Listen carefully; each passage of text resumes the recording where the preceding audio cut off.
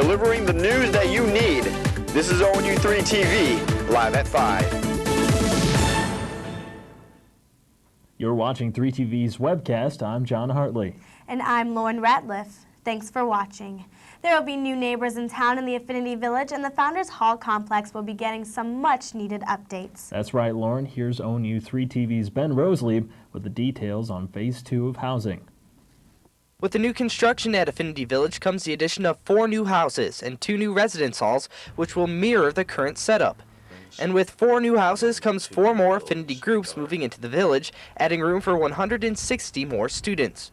The Vice President of Financial Affairs, Bob Rubel, says 2 houses are already filled. One is going to be for business students in the entrepreneurship program, and the other is going to be for teachers in the teacher education program. But that leaves 2 areas that are not yet assigned, and housing is working on that right now. The new Affinity is being constructed in a green style, meeting the Leadership in Energy and Environmental Design, or LEED certification. Rubel says that the goal is to make the building and those who will use it more sensitive to the environment. We don't put in additional parking spaces, and we do put in a lot of bike racks. Other things are energy related. We'll put in energy efficient lighting fixtures. We're going to heat it with geothermal energy. The main goal for the Founders remodel is to simply update the facility. Instead of having window air conditioners, air conditioning will be added to the entire complex. Also, the carpets will be replaced in addition to other needed updates to the interior. The Founders Complex won't be getting the same kind of suite-style remodel that the Lima Complex underwent during Phase 1 of housing, but instead the plan is to fully fill in these areas that connect Founders Hall with both McLaughlin Park, and Rubel says that suites may be added here. Construction crews will be working on both projects through the summer, so you can expect both the new Affinity Village and the Founders Hall complex to be ready in time for next school year. We can't start Founders until the students leave at commencement, so we're going to have a very, very busy summer at the Founders project. Ben Roselieb, ONU Cable 3. Time is running out to apply to be a resident assistant for next school year, with applications due this Friday. RA applications are available online on the Residence Life website. On the right-hand side, you will find a link to complete the application through the site. And don't forget to hit the Submit button when you have completed your application. Liz Barnett, the Assistant Director of Residence Life, says outgoing leaders should apply. People that enjoy being around other people, because you're constantly around people as an RA, and your job is really to bring people together, to build community in your wing and your floor section. Interview day will be held on January 24th, where applicants can expect to participate in an interview as well as role-playing activities. For more information, visit the ResLife website at www.onu.edu/reslife. Geese are noticeably absent from the pond by Lakeview Apartments and the Freed Center. With the reasoning behind the missing geese, here is ONU3-TV's Franklin Freitag. This goose buster was installed by the ONU physical plant to scare away Canadian geese. There's been a problem with too many Canadian geese by the pond by the Freed Center, and this is what the ONU physical plant is doing to combat the problem. The goose buster was placed out by the pond by the Freed Center during week 1 of winter quarter.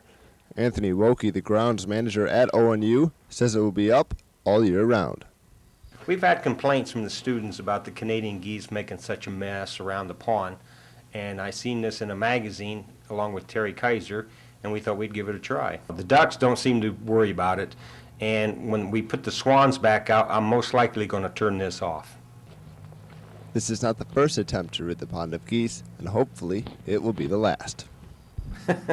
We've tried all different times. We've tried stuffed coyotes. We've tried, it's called a grape spray that discourages them, but so far nothing's worked, and it gets pretty messy over there. The goose buster can also control the interval between the calls, and there is also a setting to make a coyote sound or a gunshot sound. The physical plant has opted not to make the gunshot sound an option. It's not to scare students. Hopefully the goose buster will bust all the geese out of the pond by the Freed Center. For ONU Cable 3, I'm Franklin Freitag.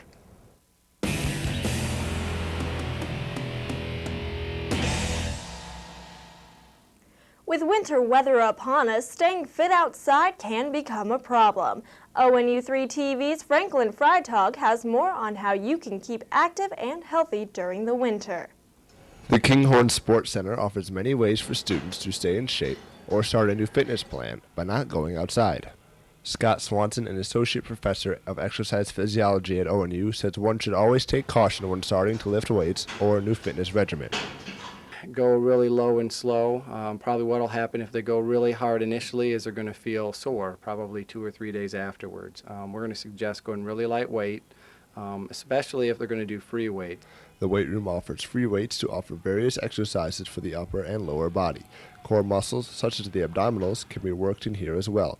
Free weights range from 5 to over 100 pounds, so all skill levels and abilities are welcome.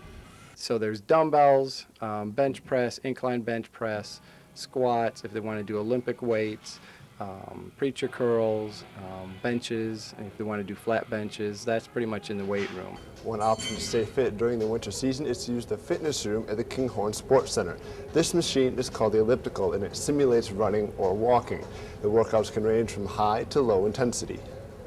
Fitness room, which has some selectorized equipment, which is a lot like what you see in the free weights, but you're not going to have to do actually free weights. Those are going to go through a range of motion that you already have. Motivation is one component to staying fit in the winter months, and scheduling a specific time with a friend to go lift or work out can be beneficial.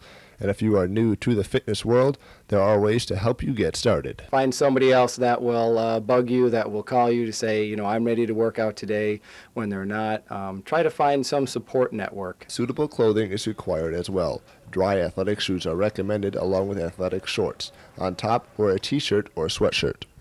The track and swimming pool are available for fitness as well, but be sure to check the schedule for open use times. For ONU3-TV, I'm Franklin Freitag. The men's basketball team was hard at work last Saturday, defeating Ohio Athletic Conference foe Baldwin Wallace 76-72 in Berea. Junior point guard Ezra Bradshaw nearly had a double-double with 14 points and 8 rebounds. With the recent win, the team improves to 6-1 overall and remains undefeated in the OAC. The ONU women's basketball team lost to Otterbein 66-55. The Bears were down 37-20 at the end of the first half at Kinghorn Sports Center on Saturday, but they were able to rally back, outscoring Otterbein 18-3 in the last 7 minutes of the game, with sophomore Erica Schoenberger scoring the first 5 points of the run.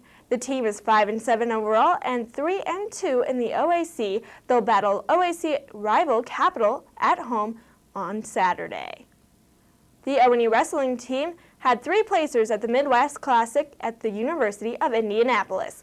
Sophomore Luke Miller placed 3rd at 157 pounds, freshman Matt Alexander placed 5th at 184 pounds, and senior Drew Michael placed 7th at 197 pounds. The team placed 14th out of the 22 teams and were the best Division III team at the match. The field included 11 nationally ranked teams from D3, D2, and NAIA schools. Thanks for watching 3TV News on the web. For Amanda Cribbling and John Hartley, I'm Lauren Ratliff.